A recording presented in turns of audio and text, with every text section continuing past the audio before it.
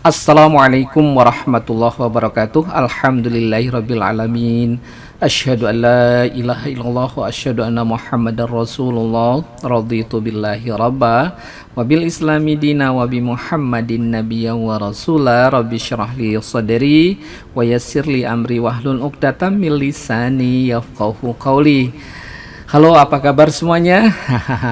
Semoga Anda semua di mana saja Anda berada selalu diberikan kesehatan ya, rezeki yang barokah dari Allah Subhanahu wa taala. Karena pada kesempatan ini kita akan membahas tentang kesehatan ya, kesehatan sapi perah ya.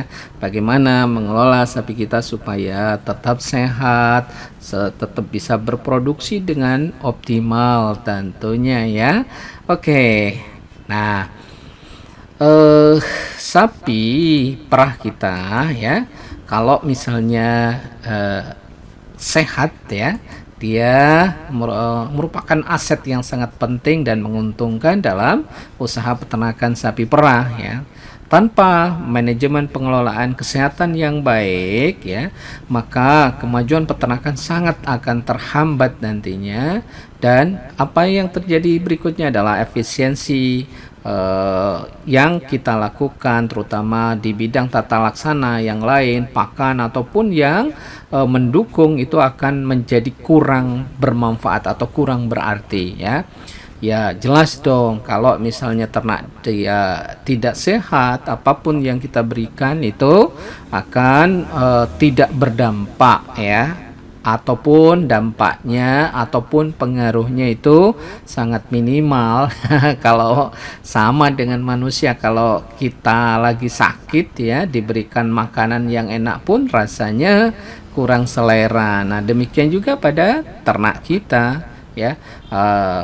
Misalnya ternak kita terkena suatu serangan penyakit, maka itu harus benar-benar kita kelola dengan baik ya. Kalau perlu dengan cepat kita karantina. Nah, tingkah laku sapi menggambarkan tentang status kesehatannya. Ya, aktivitas sapi itu juga menggambarkan bagaimana status ya di kesehatan sapi tersebut. Nah, sapi yang sehat bagaimana? Dia akan memperlihatkan gerakan yang aktif, sikapnya yang sigap, selalu sadar dan tanggap terhadap perubahan situasi yang mencurigakan ya. Misalnya nafsu makan yang baik ya, minum dengan teratur, kemudian mengeluarkan kotoran atau feses dalam bentuk dan jumlah yang tidak banyak berbeda dari hari ke hari. Ini yang bukan sering ya, yang kita akan lihat ya, penampilan atau performance ternak kita kalau ada perbedaan ya antara yang sakit dengan yang sehat ya.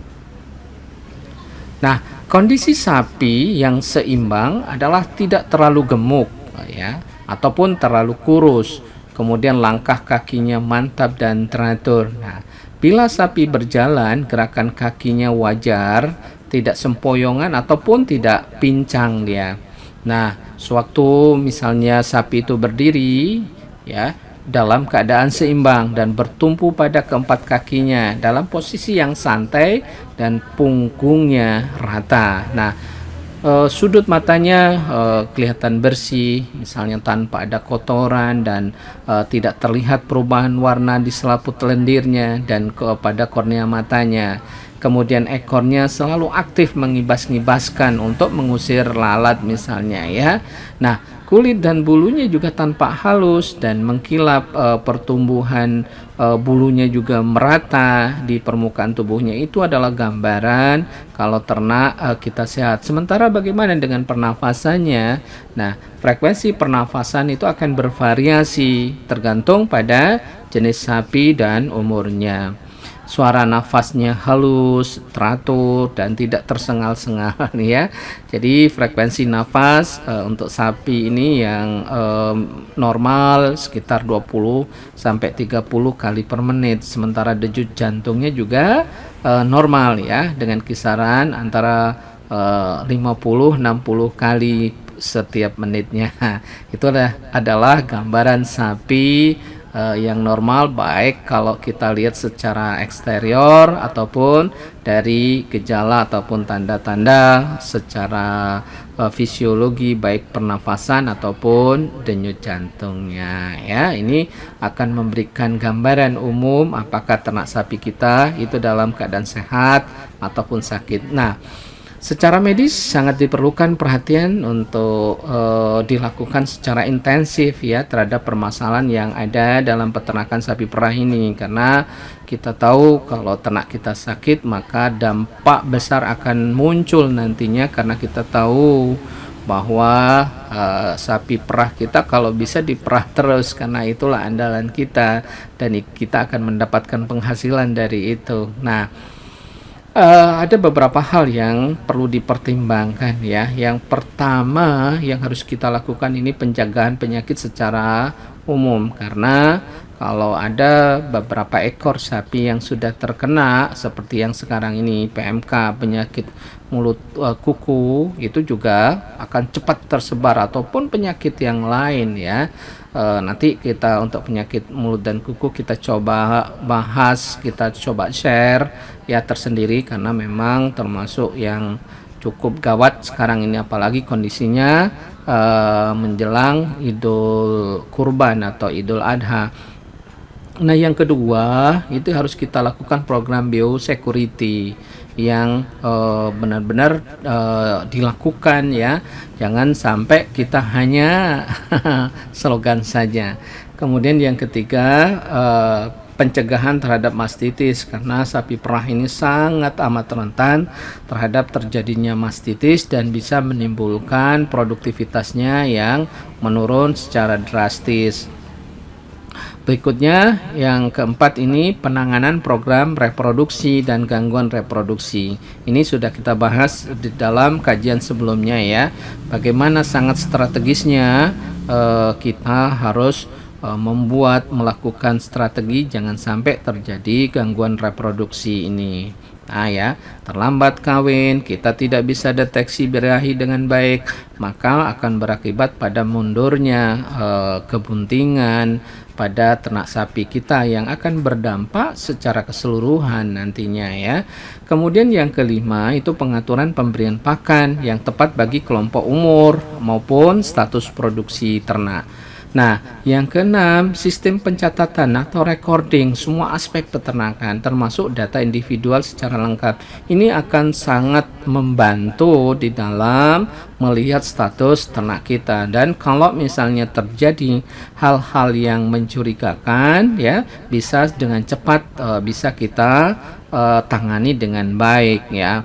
Terutama ini ya, kalau kita berkaca pada perusahaan yang besar, itu bahkan mereka setiap ternak itu sudah memberikan chip ya, chip ya di telinganya, di mana begitu dia akan masuk, begitu dia akan ke tempat pemerahan itu sudah terekod sapi dengan kode apa, kemudian produksinya itu akan tercatat secara otomatis. Itulah kemajuan yang bagus ya, supaya kita benar-benar setiap ternak itu akan terekod. Nah, ada beberapa hal ataupun beberapa penyakit yang sering terjadi pada sapi perah ini, misalnya diare pada pedet atau calf scores ya, di mana diare merupakan gangguan pencernaan yang makanan yang ditandai ya, pencernaan makanan maksudnya, atau organ pencernaan yang ditandai dengan apa?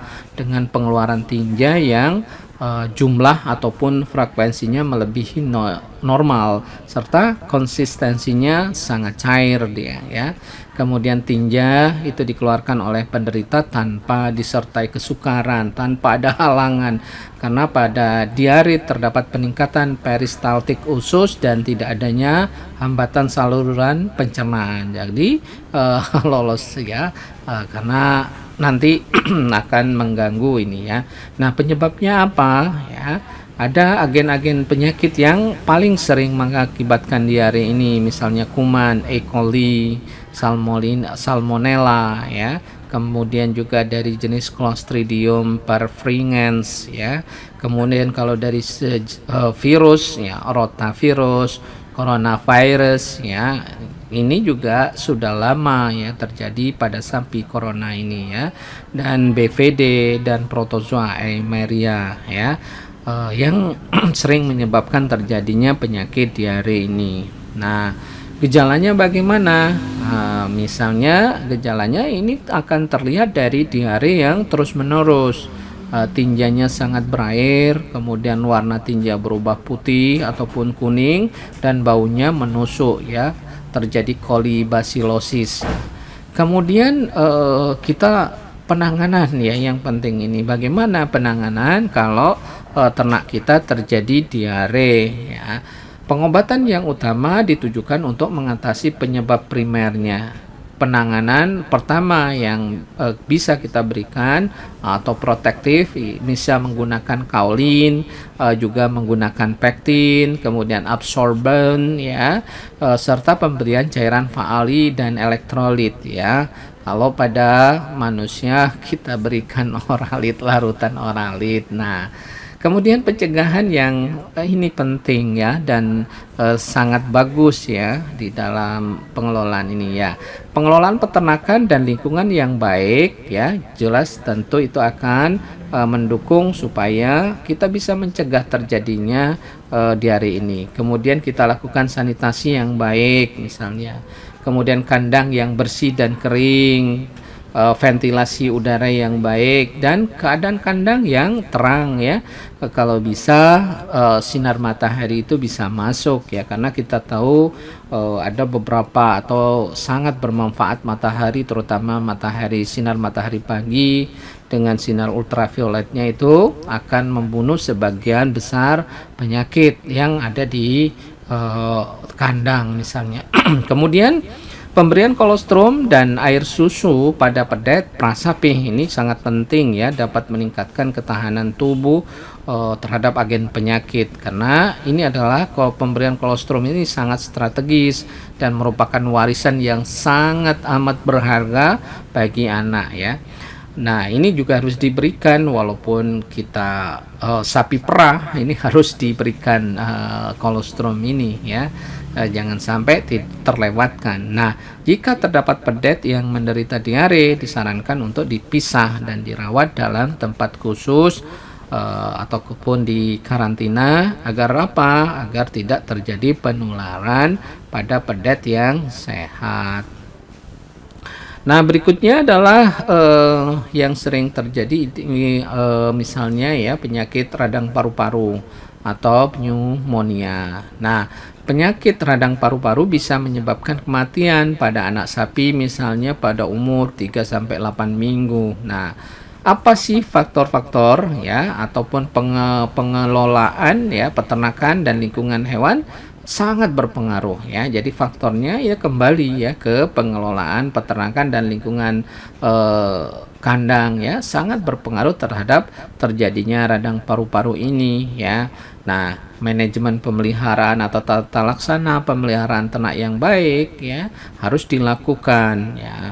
Ada beberapa hal yang bisa kita jadikan pertimbangan, misalnya penempatan hewan yang selamanya dalam kandang saja ya, tanpa dilakukan exercise atau dibuka, dibawa olahraga dan lain-lain, itu akan bisa berpengaruh ya. Kemudian tempat yang lembab, berdebu, kemudian ventilasi udara yang tidak baik ya, berbagai umur misalnya kita satukan dalam kandang, kemudian penempatan ternak tidak yang terlalu padat misalnya, ini semuanya bisa menimbulkan pneumonia ini. Kemudian terjadi crowded di situ, ternak berdesak-desakan. Nah, sementara pedet yang tidak mendapatkan cukup kolostrum di awal dia kelahirannya ya, karena kolostrum ini waktunya sangat pendek ya. Begitu ternak melahirkan, induknya melahirkan, itu biasanya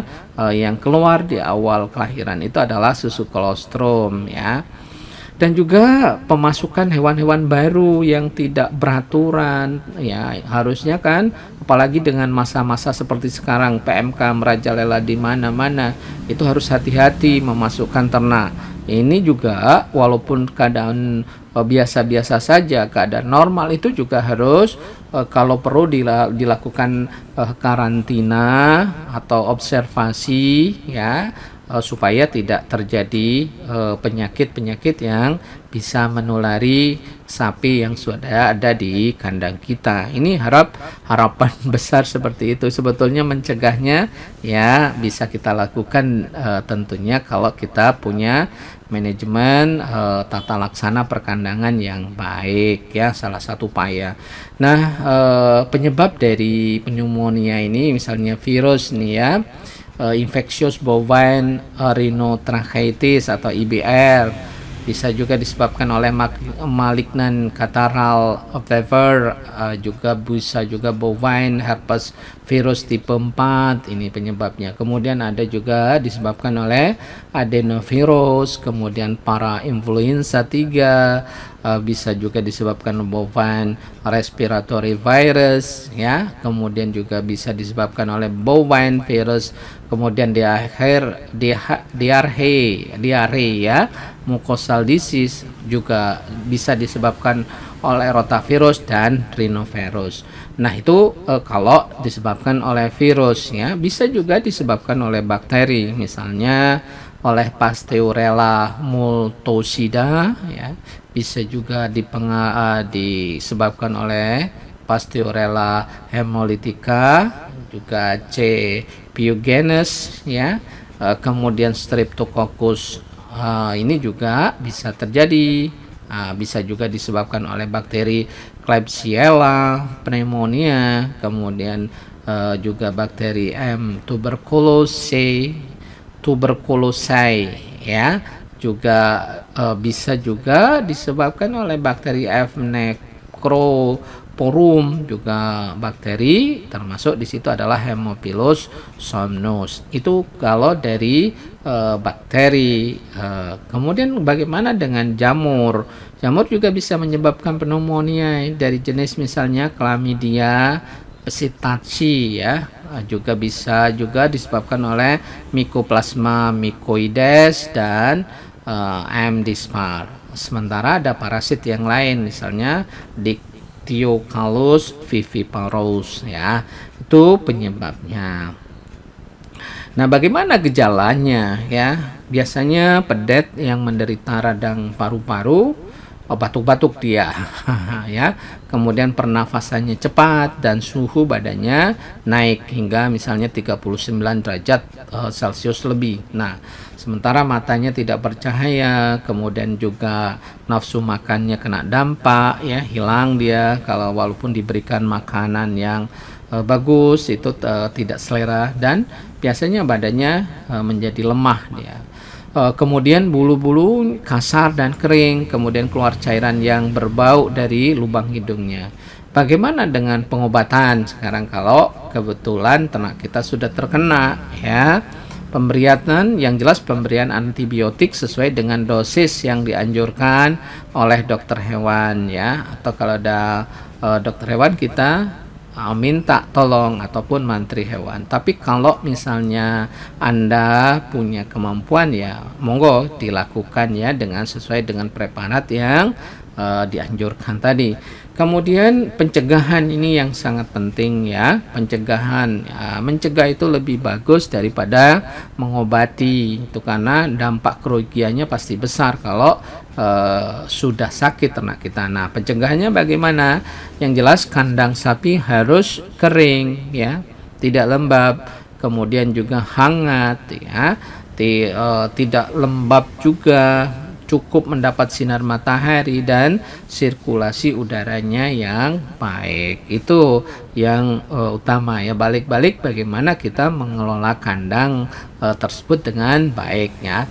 Kemudian yang berikutnya, pedet atau sapi yang sakit sebaiknya ya segera diisolasi dari yang sehat atau dikarantina, ditempatkan di dalam kandang yang kering dan hangat ya. Jangan sampai menulari ke sapi yang lain. Nah, ini penyakit yang sering ya terjadi pada ternak sapi perah. Apa penyakitnya itu adalah mastitis ya, bukan Mas Jawa.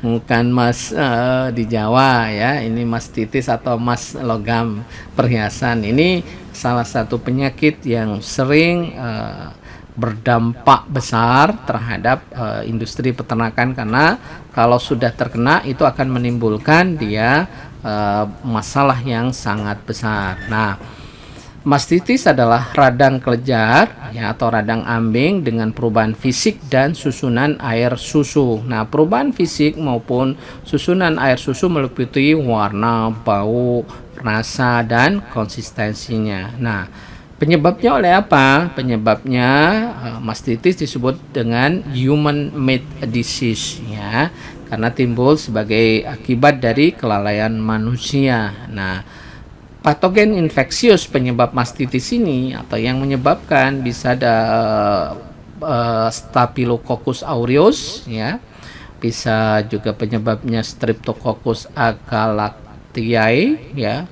bisa juga Streptococcus canis, kemudian juga bisa Corynebacterium bovis dan Mycoplasma. Sedangkan patogen yang berasal dari lingkungan, ya misalnya koagulase negatif ya, Staphylococcus atau CNS ya. Kemudian Streptococcus selain Streptococcus agalactiae bisa juga disebabkan oleh coliform atau E. coli, Klebsiella ya, kemudian Arcanobacterium pyogenes juga bisa disebabkan juga oleh Pseudomonas aeruginosa, kemudian Pasteurella multocida. Nah, fungi atau yeast juga bisa menyebabkan, atau mold ya, dan juga ada algae atau Prototheca zoophyii. Itu juga bisa menyebabkan terjadinya mastitis. Nah, bagaimana sekarang penyebarannya? Nah, bakteri penyebab mastitis masuk ke dalam ambing melalui puting yang terbuka pada saat pemerahan atau sesudahnya. Oleh karena itu, ini harus ada strategi khusus, ada SOP, standar operation prosedur yang harus dilakukan sebelum dan sesudah pemerahan ya, karena bagaimanapun kita lebih baik mencegah ya terjadinya mastitis ini. Nah, puting yang terbuka tersebut kontak dengan tangan pemerah, mungkin juga dengan lap, dengan mesin perah, ataupun lantai yang terkontaminasi bakteri ya.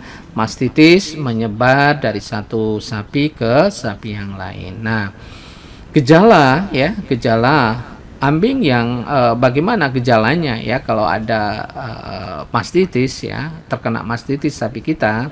Ambing itu biasanya membengkak, kemudian kalau di raba itu panas ya, dan ada rasa sakit. Nah, sapi akan bereaksi kalau misalnya kita sentuh ya.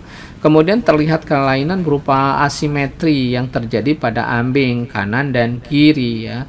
Ukurannya tidak sama ya, baik yang ambing depan ataupun belakang, ataupun yang kanan, median kanan dan kiri. Nah, sedangkan pada air susunya berubah menjadi encer ataupun bergumpal, kadang bercampur darah ataupun nanah.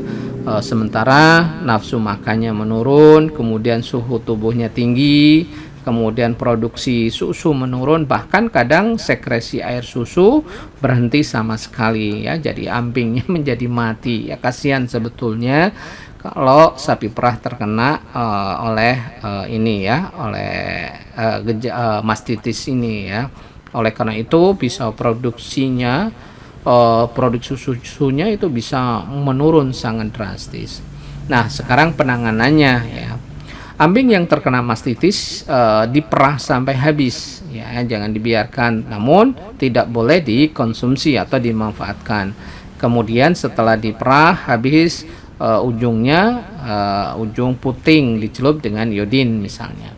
Kemudian kita lakukan pengobatan dengan antibiotika secara intramamari ya, juga perlu dilakukan, karena kalau di luarnya saja tidak bisa membunuh atau mematikan mungkin bakteri ataupun yang lain penyakit yang di dalam ya, karena memang terjadinya di dalam ambing tersebut ya.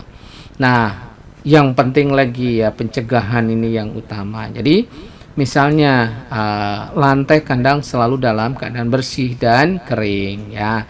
Ini yang harus dilakukan dan dijaga, karena kita tahu yang namanya binatang ataupun ternak dia nggak punya pikiran atau tidak mikir-mikir, kalau rebah saja walaupun lantainya kotor, lembab dan lain-lain. Oleh karena itu ya, si pemelihara yang punya peternakan itu harus bisa memperhatikan bagaimana kebersihan kandang. Kalau perlu di dalam saat atau pada saat pembersihan itu juga kita menggunakan desinfektan yang bisa secara aktif dia bisa membunuh bibit penyakit yang ada di lantai. Apabila ada yang terkena ya harus segera dipisahkan ya, yang sakit tersebut ya dikarantina ya. Jangan sampai menular ke yang sehat. Kemudian yang berikutnya kita harus gunakan desinfektan yang efektif pada air pencuci ambing. Sekarang itu macam-macam ya, silakan di pasar kita pilih sesuai dengan kemampuan kita ya. Kemudian yang berikutnya adalah dilakukan prosedur pemerahan yang baik dan benar ya. Jadi benar-benar di dalam proses pemerahan itu harus diselesaikan sampai habis ya. Jangan disisakan. Kadang-kadang mungkin terburu-buru ada acara dan lain-lain ataupun ada hambatan yang lain, kemudian tidak dihabiskan atau masih bersisa di dalam ambing, itu berpotensi terjadinya nantinya penyakit mastitis ini ya. Kita tidak berharap itu terjadi ya, karena jelas itu akan menimbulkan kerugian yang sangat besar ya, karena ini terjadinya pada saat sapi berproduksi atau masa laktasi. Oke. Nah, berikutnya adalah yang sering terjadi penyakit berikutnya adalah milk fever. Apa itu milk fever? Milk fever ini adalah penyakit gangguan metabolisme. Tanda-tandanya terjadi kelumpuhan yang tiba-tiba yang menimpa sapi betina sebelum atau pada saat ataupun sesudah melahirkan ya. Perkiraan antara 72 jam setelah beranak. Ini tiba-tiba aja terjadi ya, menimpa pada ternak betina yang awalnya kita lihat itu aman-aman saja, sehat-sehat saja, tiba-tiba ambruk saja. Nah, nama lain dari milk fever ini adalah paresis puerperalis, atau juga ada yang menyebut parturiente paresis, juga ada juga yang menyebut juga hipokalkaemia, juga ada juga yang menyebut sebagai calving paralysis. Nah, penyebabnya kenapa? Penyebabnya penyakit ini disebabkan oleh rendahnya kadar kalsium ya, kalsium yang menjadi ini. Kalsium di mana? Di dalam darah. Akibat apa? Tingginya penyerapan ion kalsium oleh kelenjar susu dan kebutuhan yang lain, termasuk untuk kebutuhan fetus yang sebelumnya ya, untuk tulang dan lain-lain itu dibutuhkan. Dan biasanya ya seorang induk ya, atau tulangnya pada induk itu diresorpsi untuk kebutuhan ya, untuk kebutuhan baik fetus atau kebutuhan yang lain untuk produksi susu. Oleh karena itu harus hati-hati ini ya, mau tidak mau ransum yang kita berikan itu harus benar-benar kita siapkan kalsium dan fosfor yang cukup ya, sehingga kejadian milk fever ini bisa kita hindarkan. Nah, pada saat sebelum partus sapi laktasi terjadi penurunan biasanya kalsium secara tiba-tiba ke susu ya. Penyakit ini terjadi pada semua umur, namun lebih sering pada sapi perah umur lebih dari 5 tahun dengan produksi yang tinggi, karena secara status fisiologinya sudah mulai menurun ya. Oke, ini yang harus diwaspadai dan hati-hati ya. Kadang-kadang ya susah kalau sudah ambruk itu untuk mengobati juga amat sulit gitu. Jadi benar-benar kita harus waspadai dengan pemberian pakan atau ransum yang baik ya. Gejalanya seperti apa sih milk fever ini? Gejala yang terlihat adalah anoreksik ya, kemudian hidungnya kering, temperatur tubuhnya subnormal, dan ekstremitas terasa dingin kalau kita raba. Nah, jika di auskultasi jantung terdengar takikardi dan intensitasnya menurun, kemudian pulsusnya juga akhirnya melemah. Nah, paralisis otot halus berlanjut pada stasis gastrointestinal yang dapat dilihat berupa kembung dia atau bloat ya.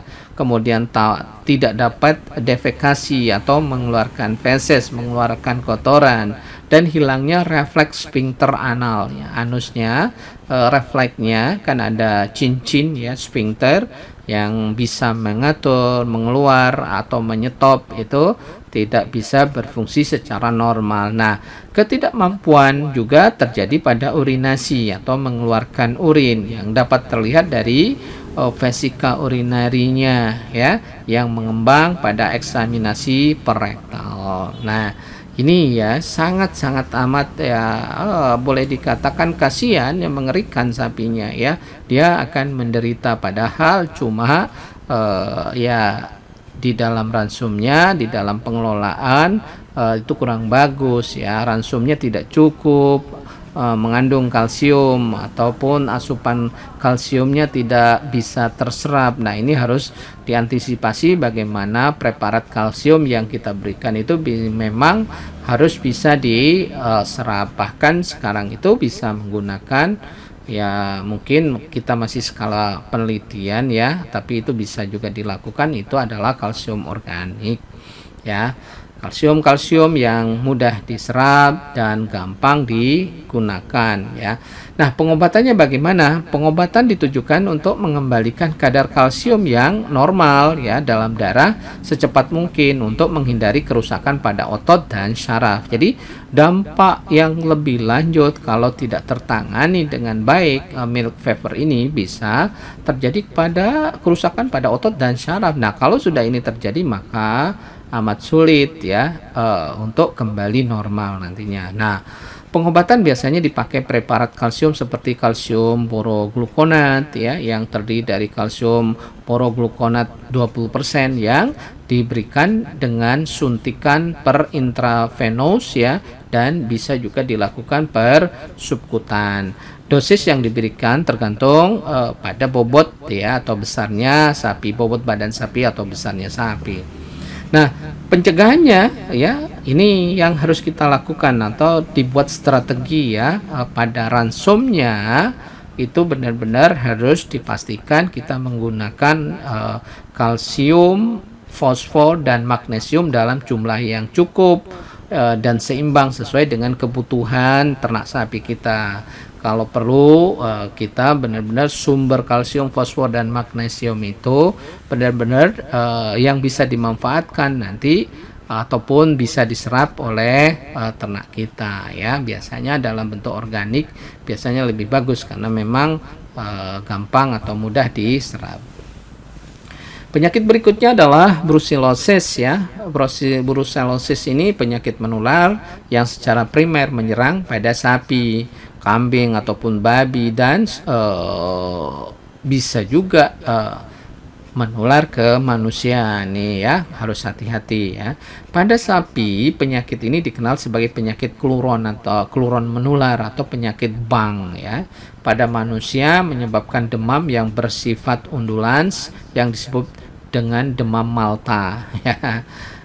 Kemudian kerugian secara ekonomi diakibatkan oleh brucellosis ini sangat besar. Walaupun mortalitasnya kecil, tetapi ini secara ekonomi sangat besar. Nah, kerugian dapat berupa kluron ya. Kalau kluron kan biasanya anak ternak kita yang dilahirkan lemah dan mati ya. Itu kan sudah mundur berapa lama, sudahlah kita ternak kita anak ternak kita atau pedet kita mati, kemudian itu kan harus kita mengawinkan kembali.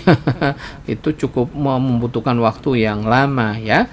Kemudian bisa terjadi gangguan alat reproduksi yang mengakibatkan kemanjiran atau steril ataupun mandul ya, baik secara temporer atau sementara ataupun bisa saja terjadi secara permanen ya. Nah, kalau sudah steril ataupun mandul ya sulit nanti ya, ujung-ujungnya kalau harus kita afkir. Nah, alangkah ruginya kita ya.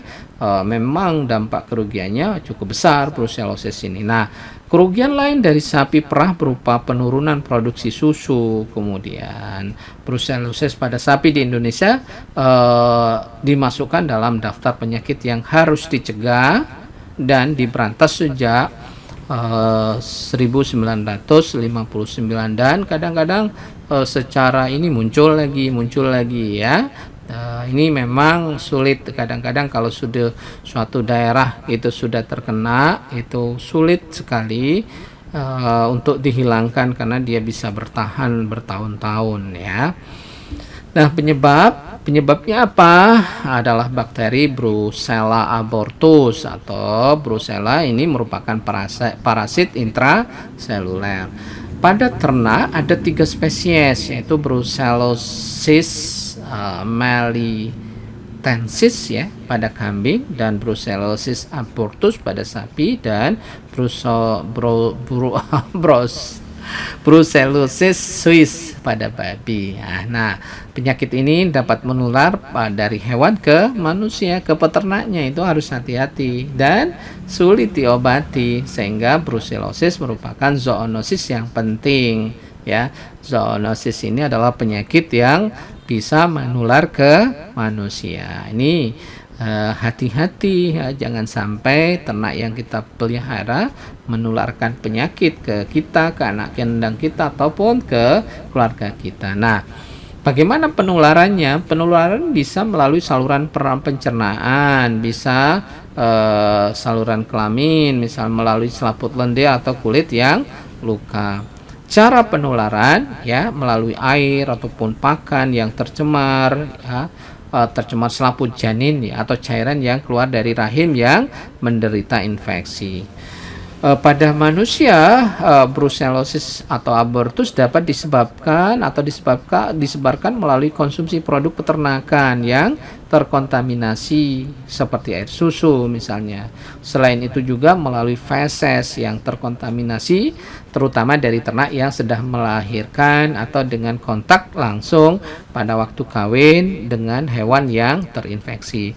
Itu adalah beberapa hal yang harus kita waspadai ya, jangan sampai ternak kita tertular atau orangnya atau anak kandang kita yang tertular. Nah, bagaimana dengan gejala klinisnya? Nah, pada sapi betina akan keguguran atau keluron, dapat diikuti dengan kemanjiran temporer ataupun juga bisa permanen, dan juga bisa menurunkan produksi susunya ya. Nah, keguguran ini akan terjadi pada kebuntingan misalnya 5-8 bulan ya. Sapi dapat mengalami keluron 1, bisa 2 atau 3 kali ya, terus berulang. Kemudian melahirkan dengan normal, kelihatannya sehat tetapi mengeluarkan cairan vaginal yang bersifat infeksius yang bisa menularkan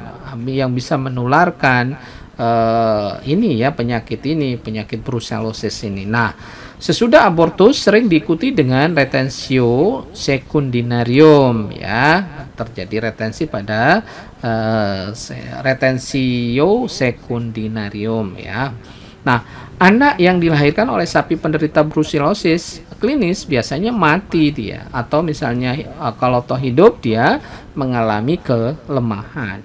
Nah, pada kelenjar susu tidak menunjukkan gejala klinis meskipun dalam air susunya bisa terdapat itu kuman Brucella ini. Nah, ini harus hati-hati benar-benar ya, harus kita lihat tanda-tandanya. Kalau memang sudah ada penyakit tersebut, itu harus benar-benar kita obati, kita karantina ya, harus dipastikan tidak menular ke ternak yang lain.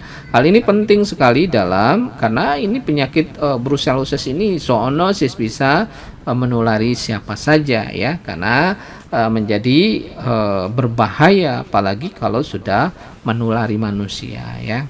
Kita harus selamatkan juga manusia yang penting ya. Kalau ternak misalnya bisa kita afkir, bisa kita potong ataupun bisa kita, tapi kalau sampai ke manusia kan kasihan dong ya. Nah, pada hewan jantan memperlihatkan gejala epididimitis ya, atau orchitis ya. Gejala lainnya yaitu sering ditemukan kebengkakan pada persendian lutut atau karpal dan tarsalnya ya.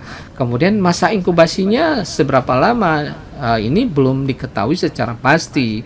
Nah, pada sapi dapat berkisar antara 2 minggu sampai 8 bulan atau lebih lama lagi. Kemudian diagnosanya ya, untuk diagnosa brucellosis ini pada hewan berdasarkan isolasi atau kita isolasi. Kemudian kita identifikasi ya kuman brucellanya itu melalui uji serologis ataupun gejala klinisnya. Kemudian dugaan adanya brucellosis ini timbul apabila ditemukan keluron dalam kelompok ternak yang diikuti menghilangnya penyakit tersebut ya. Oke, kita lanjutkan ya, uji aglutinasi yang cepat bisa menggunakan agen Roche ya. Agen Roche Bengal yang disebut Roche Bengal test atau RBT ya. Kemudian uji dilakukan dalam suhu ruangan dengan mencampurkan serum ya, dan antigen dengan jumlah yang sama. Kemudian bahan diteteskan pada plat ya transparan, kemudian digoyang-goyang ya. Nah, bila ada presipitasi menunjukkan hasil yang positif, hasil RBT ternyata mempunyai kecocokan dengan hasil complement fixation test atau CFT yang biasa dilakukan di lab ya. Kemudian pada umumnya RBT dapat mengenali hewan tertular secara lebih dini daripada uji-uji yang lain, terutama dengan uji aglutinasi serum. Pengobatannya belum ada pengobatan yang efektif terhadap brucellosis ini yang jadi kendala kita ya, maka lebih baik menghindari ya sanitasi lingkungan kandang dan seterusnya. Kemudian kita di dalam pengelolaan atau tata laksana pemeliharaan itu harus benar-benar dilakukan secara higien ya, sanitasi lingkungan yang baik. Kemudian pengendalian ya, untuk daerah endemis brucellosis ya, harus dilakukan vaksinasi dengan vaksin RB51 ya. Jadi paling tidak sapinya sudah dilakukan vaksinasi ya. Oke, berikutnya yang sering terjadi ini penyakit indigesti sederhana atau indigesti simplex ya. Indigesti sederhana merupakan gangguan pencernaan pada sapi yang berasal dari rumen ataupun retikulum yang ditandai dengan apa? Terjadinya penurunan atau hilangnya gerak rumen. Nah, ini berbahaya ya. Rumen itu kan ada gerakan yang terjadi mengaduk ya, gerakan-gerakan yang bisa ini ya, bisa membantu rumen itu di dalam proses fisiologinya ya. Kemudian lemahnya tonus kedua lambung tersebut hingga ingesta tertimbun ya, tidak bisa bergerak ke proses berikutnya, disertai pula dengan sembelit atau terjadi konstipasi yang nggak bisa keluar fesesnya. Nah, proses gangguan ini terjadi mendadak, berlangsung dari beberapa jam sampai lebih kurang 2 hari, dan banyak yang lolos dari pengamatan pemilik ataupun petugas. Dikira sapinya normal-normal saja, ternyata terjadi indigesti sederhana atau indigesti simplex ini. Nah, penyebabnya apa? Nah, penyebabnya itu bisa terjadi karena perubahan pakan yang mendadak ya. Pakan yang mengandung serat kasar yang terlalu tinggi misalnya, kemudian mengkonsumsi konsentrat yang terlalu tinggi kadar proteinnya, kemudian makanan berjamur, antibiotik berlebih, dan hewan yang terlalu lelah ya. Ini juga bisa terjadi ya, penyakit ini ya. Kemudian gejala, penderita tampak lesu, malas bergerak, nafsu makan hilang, sedangkan nafsu hidup mungkin masih ada. Hidupnya segan ya. Kemudian kegiatan ruminasinya menurun, kemudian sapi ambruk, kemudian produksi susu juga menurun, feses dikeluarkan sedikit, berlendir, gelap dan lunak. Bagaimana penanganannya? Ya, penanganannya bisa kita lakukan dengan memberikan air minum yang bersih, air bersih ya, dan dicampur dengan garam dapur misalnya. Kemudian air minum selalu ada, kita berikan secara ad libitum sehingga sewaktu-waktu sapi ingin minum selalu dapat dipenuhi. Pencegahan ya, apa yang bisa kita lakukan ya, apabila kita memberikan pakan yang baru terutama konsentrat, pemberiannya harus secara bertahap, tidak boleh langsung diganti ya, tidak diberikan secara mendadak ya. Juga pakan rumput dan konsentrat dengan perbandingan harus seimbang, tidak boleh ya terlalu banyak yang menyebabkan terjadinya ini ya, penyakit ini ya. Kemudian berikutnya yang sering terjadi pada sapi perah itu adalah penyakit fasiolasis ya. Penyakit ini disebabkan oleh parasit cacing nematoda yang bermigrasi dalam parenkim hati ya, berkembang dan menetap dalam saluran empedunya. Nah, fasiolosis ini menyebabkan kerugian ekonomi yang sangat besar pada peternakan sapi berupa penurunan bobot badan misalnya ya, hilangnya karkas ataupun hati yang rusak, kemudian hilangnya tenaga kerja, terjadi penurunan produksi susu. Nah, biasanya biaya pengobatan juga bisa cukup besar ya, biaya pengobatan, dan bisa ujung-ujungnya bisa menimbulkan kematian kalau sudah terjadi ternak kita parah sakitnya disebabkan oleh cacing hati ini ya. Penyebab dari penyakit ini adalah cacing Fasciola gigantica atau Fasciola hepatica. Gejalanya bagaimana? Ya, berat ringannya penyakit fasiolosis ini tergantung pada jumlah metaserkarianya yang tertelan dan infektivitasnya. Di samping itu juga tergantung juga pada stadium infeksi, yaitu migrasi cacing muda dan cacing dewasa dalam saluran empedu. Gejala yang menonjol adalah odema di bawah rahang bawah pada ruminansia yang menderita fasiolosis kronis.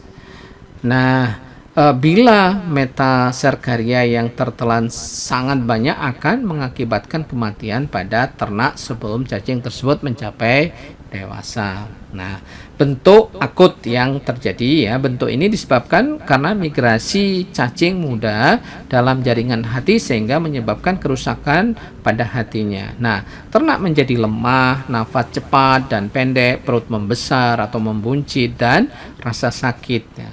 Bentuk kronis bagaimana? Nah, Fasciola gigantic ini mencapai dewasa 4-5 bulan. Nah, setelah infeksi, gejala yang nampak adalah anemia dia. Kemudian bisa menyebabkan ternak itu menjadi lesu, ya, lemah, nafsu makan menurun, cepat mengalami kelelahan, membran mukosanya pucat, diare, udema di antara sudut dagu dan bawah perut, ya, ikterus dan bisa menimbulkan kematian terjadi misalnya sekitar 1-3 bulan ya.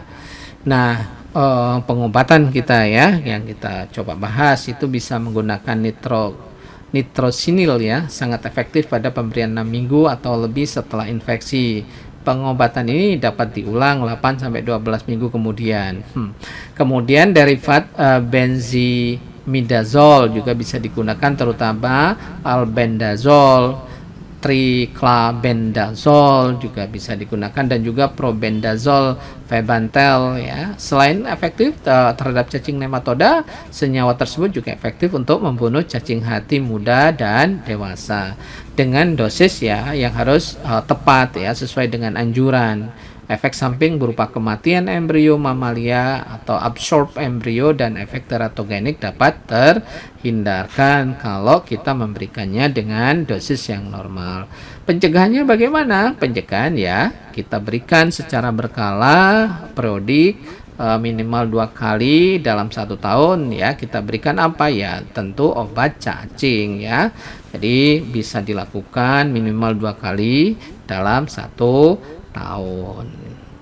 Oke, demikian yang bisa kita share atau kita bagikan. Mudah-mudahan Anda semua di mana saja Anda berada tetap semangat ya. Fastabiqul khairat, nasrun minallah fatun qarib. Wassalamualaikum warahmatullahi wabarakatuh.